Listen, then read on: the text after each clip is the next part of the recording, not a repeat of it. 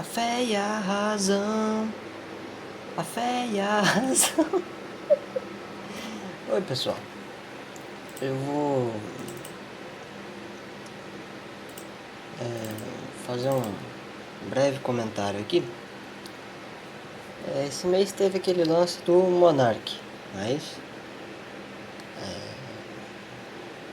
teoricamente teria defendido a criação de um partido nazista e, portanto, era um nazista desgraçado, tinha que ser expurgado da sociedade. Bom, eu vi o vídeo, porque assim, não dá pra eu assistir Kim Kataguiri, Monark, Tabata Amaral, tudo junto durante uma hora. É impossível fazer isso. Tá? Pelo menos pra mim. Tem gente que consegue, né? Mas eu não dou conta. Então eu peguei o trecho ali que o cara coloca. Às vezes eu acabei voltando no vídeo lá pra puxar um pouquinho o contexto, porque você não dá pra entender absolutamente nada do que é dito. E aí demos o seguinte parecer.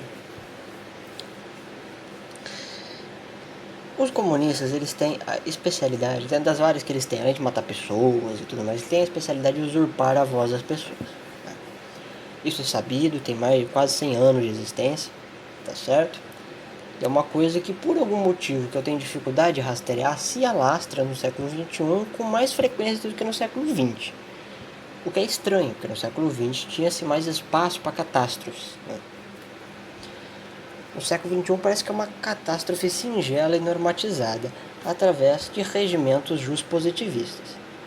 Uma coisa nunca vista antes, em nenhum século que eu tive a oportunidade de estudar. Nesse assunto, no caso. Né? A formação do direito e do modo de compreensão da existência humana. Nunca apareceu. Aí você fala assim, mas foi errado. Bom, o cara tava bêbado. Quando a gente tá bêbado, a gente acaba falando mais do que devia. Bom, ele viu que deu merda. Evidentemente ia dar merda. Mas por que deu merda pra ele? E não deu merda pra uma cacetada de pessoas que vieram antes dele e que disseram coisa parecida? Porque não é uma fórmula lógica. Vamos colocá-la em uma função de interpretação. Vamos dizer assim, ó, dada uma função de interpretação θ1, isso vai ser o nome da nossa função de interpretação. A gente vai ter uma fórmula geral. Então a gente vai fazer o exame do valor verdade, a função semântica dela. A gente vai formalizá-la corretamente para virar uma função sintagmática e ter início, meio e fim. Então a gente vai dizer o seguinte, a gente vai dizer em formato de condicional. Se é uma democracia, então não há espaço para ideologias genocidas. P é definido como democracia e Q, espaço para ideologias genocidas. Portanto, P implica não é o caso de Q, ou P implica não Q. A gente faz uma tabela disso. Então, se P for verdadeiro e não Q for verdadeiro, a implicação inteira é verdadeira. Se P for verdadeiro, mas não Q for falso, então a implicação inteira é falsa. Se P for falso e não Q for verdadeiro, então a implicação se torna verdadeira. Se P for falso e não Q for falso, a implicação inteira, por motivos óbvios, já que a negação é um convertor universal de operadores, de valor verdade, se torna também falso. Só que aí a gente tem um problema. Vai dizer o seguinte, se é uma democracia, não pode haver espaço para ideologias genocidas. O que seria ideologia genocida? Toda e qualquer ideologia responsável, implicitamente ou explicitamente, por ocasionar genocídios das piores espécies. O nazismo entra bem dentro dessa questão, obviamente. Só que no caso do Brasil, na circunstância política do Brasil, não é a primeira interpretação da função. Que é V, V e V. Ou seja, P é verdadeiro, não Q é verdadeiro, P implica não Q é verdadeiro. Não. É P como verdadeiro, querendo ou não, apesar dos pesares, nós vivemos uma democracia, infelizmente. Só que não Q é falso. Porque há espaço para ideologias genocidas.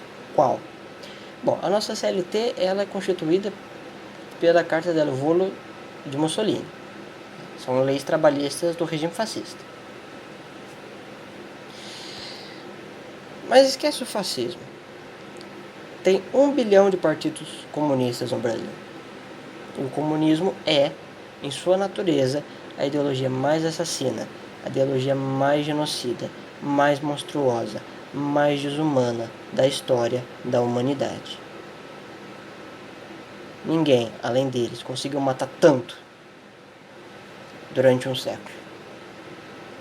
É um espaço pequeno para tantas vidas ceifadas. E de repente tem isso. Agora, por que tem isso? Por que permite? Bom, a permissibilidade aqui é genuinamente por exercício de poder. Eles mandam no mundo, eles mandam no Brasil, então isso é permitido. Obviamente nenhum deles vai afirmar esse tipo de coisa. Como eu falei, os comunistas usurpam a voz das pessoas e até as próprias vozes, para fingir que não tinham poder. Em 98, o Olavo cravou que o PT ia subir em 2002, todo mundo riu da cara dele. Bingo! Quebraram a cara. Tiveram que engolir o homem, mais uma das vezes. Tá certo? Então, obviamente, eles não vão dar esse tipo de sentença. Eles vão tentar dar um migué. Então, esse migué eu vi só acontecer no Brasil. Lá fora não tem muito isso. Porque esse tipo de gente, eles conseguem ter sucesso aqui no Brasil. Pô, que ninguém faz nada com esses caras. Chega pra um polonês e começa a falar do Lenin. Chega pra um polonês faixa preta em jiu-jitsu, pra você ver o que acontece. Você não faz ideia do que vai acontecer com você. Não, você não faz ideia do que vai acontecer com você. Chega para um romeno, faixa preta em taekwondo, Sogan, e fala para ele do comunismo. Defende isso na frente dele. Vai com a camisa lá do Haddad e Lula. Você vê o que vai acontecer com a sua traqueia. Então aqui no Brasil, esses caras, não, porque são intelectuais, não sei o que. Beleza. Qual que seria o migué em questão? Eu falei que tinha um migué, vamos ver o migué. Seria, porque na verdade, Karl Marx e Engels e seus consortes, que estão puxando Lenin, Mao Tse-tung, Stalin, toda gente que você pode imaginar, até os neomarxistas, nenhum deles defende o assassinato de pessoas. Isso foram ocasiões históricas não muito bem calculadas. Não tem nada a ver com o comunismo, vamos para cá a parte, deturparam Marx. Mas o nazismo sim. O nazismo deixa abertamente a necessidade de destruir uma raça impura em prol de uma raça superior. Tá. Mesmo se, não é, mas mesmo se isso fosse verdade,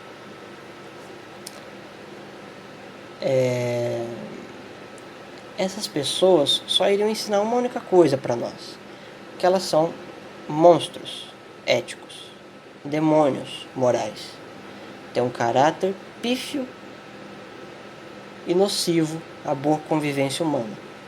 Porque para eles, veja bem, quando o sujeito diz isso, o problema é porque tem um livro que fala que tem que matar pessoas dentro do nazismo. No comunismo não tem um livro assim. O problema então consiste não no fato de você ter matado 100 milhões de pessoas, mas no fato de você não ter um livro que fala que você quer matar 100 milhões de pessoas. Quer dizer, a monstruosidade de uma ideia consiste na apresentação da monstruosidade da ideia e não transposta em relações práticas tudo aquilo de mal que essa ideia fez quando executada pelos seus defensores. Então, entra um estuprador, assassino, serial killer lá no Congresso. Não, mas eu estou em luta pela paz. Não, o sujeito estuprou 38 homossexuais. Eu vou lutar pelo direito LGBT. Vamos votar nele. É isso. É colocar o Alexandre Nardoni para fazer campanha contra a violência infantil. É exatamente isso que eles estão fazendo. Tá compreendendo? Aí o sujeito é demitido, perde patrocínios e tal. Ah, tá vendo? Só esse grupo de esquerda que rebentou com a carreira do cara. Não, meu filho. Quem rebenta com isso não são as crianças da internet. Aquele bando de jovens de QI baixa, segundo a curvatura de Demugé, que pintam o cabelo de laranja e se vestem com roupas de causas sociais. Não. Quem rebenta com esse tipo de coisa são os capitalistas. Todo o país já sofreu na mão de empresários. Então quem tira patrocínio, quem tira dinheiro, não são as crianças do Instagram ou do Twitter. São os donos do mundo. Tá compreendendo? Então é assim que funciona. Aí você pode entrar, a frase do Monark se encaixa nessa função de interpretação facilmente. Quer dizer, se há espaço para uma ideologia genocida, mas não pode haver espaço para nenhuma ideologia genocida, então, portanto, pode haver espaço para todas, inclusive para o nazismo. Foi exatamente esse o questionamento dele. Quer dizer, pode um, por que não pode o outro? Por que tem uma concessão especial e uma sanção especial? É isso o que ele quis dizer. Estava bêbado, não é um sujeito culto, não sabe se expressar corretamente e tal. E mesmo se fosse verdade, ainda assim essas pessoas seriam monstros éticos, mas não é verdade. Porque você encontra a necessidade de uma revolução violenta, o assassinato de pessoas, no Manifesto Comunista, no Crítica do Programa de Gotha, no 18 de Março de Bonaparte, no Miséria da Filosofia, no Anti-Dury, na Origem da Família e Propriedade Privada do Estado, no Estado da Revolução, na Revolução Traída, no primeiro tomo das obras completas de Mao Tse-tung, aquele publicado pela Ariel em espanhol, mesmo que publica as obras completas de Lenin, que também publica a do Stalin. Você vai encontrar isso no volume 20 e no volume 18. Tá? Acho que antes você encontra isso aí também. Tá? Esses caras leram essas coisas? Claro que não. Então está explicado eles serem assim. Né? Pô, mas eu vi os liberais também indo contra esse aspecto e dando esse migué que você deu ao meu filho. O Olavo já cravou antes de falecer. Muito tempo antes. Todo liberal dá bunda para comunista. É evidente, isso acontece o tempo inteiro. Mas o que é mais engraçado, para encerrar o vídeo, que hoje vai ser curto, o mais engraçado foi ver lá o Aras na PGR querendo investigar o Kim, né, Catacoquinho e o Monark sobre uma possível apologia ao nazismo. Sim, o Aras, aquele cara que participou durante muito tempo do Partido dos Trabalhadores. Sim, aquele partido que roubou do povo brasileiro 6 trilhões de reais. Sim, aquele Aras que não investiga ninguém, não dá para saber se teve corrupção ou não no governo Bolsonaro porque ele não faz nada. E de repente um pirralho que conseguiu virar deputado e um apresentador de YouTube viram alvo de um escândalo completo.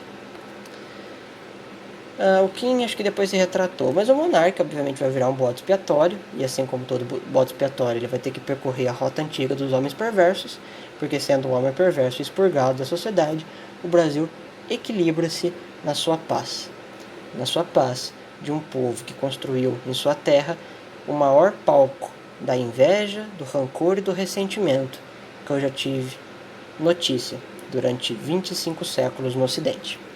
Forte abraço e amanhã a gente lê Mário Ferreira dos Santos. Até a próxima.